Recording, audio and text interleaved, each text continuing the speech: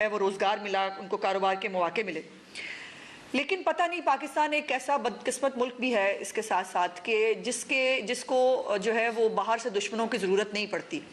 उसके अंदर जो है वो ऐसे अब एक दुश्मन और ग्रुप्स और शख्सियात जो है वो बन गई हैं जो अपने आप को पाकिस्तान से ज़्यादा बुलंद समझते हैं, जो अपने आप को जो है वो डील दिलवाने के लिए, अपने आप को अपने घटिया सियासी मकासद के वो हासिल करने के लिए पाकिस्तान के ख़िलाफ़ भी जाने से गुरेज जो है वो नहीं करते। और इसी का मुज़ाहरा आपने कल देखा कि एक ऐसा शख्स जिसको इस कौम ने सर आंखों पे बिठाया, उसको क्रिकेट का हीरो बनाया, उसको वो चैरिटी प्रोग्राम जिसके सियासी मकासद थे उसके बावजूद जो है वो उसको सपोर्ट किया और जिसको वो आज तक अपने सियासी मकासद के लिए इस्तेमाल करते हैं, उसको चले जिस तरह भी सही वो इस पाकिस्तान का हुक्मरान बना और मुतलकुल अनान हुक्मरान था वो, जो जिसने इस जो चाहा वो किया और इस बात का वो बरबला इज़हार भी करते थे, मुझसे अच्छा ऑप्शन कोई नहीं, मैं जो है वो जो चाहे कर सकता हूँ, मेरे अलावा जो है वो इस मुल्क में है ही कोई नहीं वो करने के लिए। और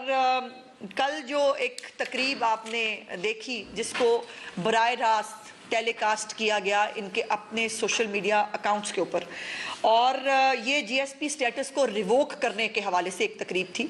जिसमें ये डिस्कशन थी कि क्यों ना पाकिस्तान का जीएसपी स्टेटस जो है, जिसकी मैंने अभी आपको बहुत सारी इफादियत बताई, क्यों ना उसको रिवोक कर दिया जाए।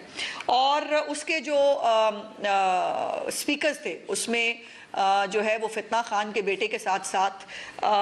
जो एक BLA की एक झैली तंजीम है BNM, उसके रहनुमा नसीम बलोच और इसके ऑर्गेनाइजर्स में था कि सही उसको इस मुल्क के अंदर जो है इज्जत दी गई, उसको इस मुल्क में वफाकी वजीर लगाया गया, जो वजीर आज़म उस वक़्त का जो था उसका और उसकी पूरी फैमिली का चहेता ख़ास था, उनके बहुत करीब था, काफ़ी जो है वो एहसानात एक दूसरे के इनके ऊपर थे और उसका वो आज जो है वो इजहार, बाय द वे वो एक गैर मुल्की शहरी है और वो जुल्फी बुखारी एक गैर मुल्की शहरी होते हुए पाकिस्तान के खिलाफ जो कुछ वो कर रहा है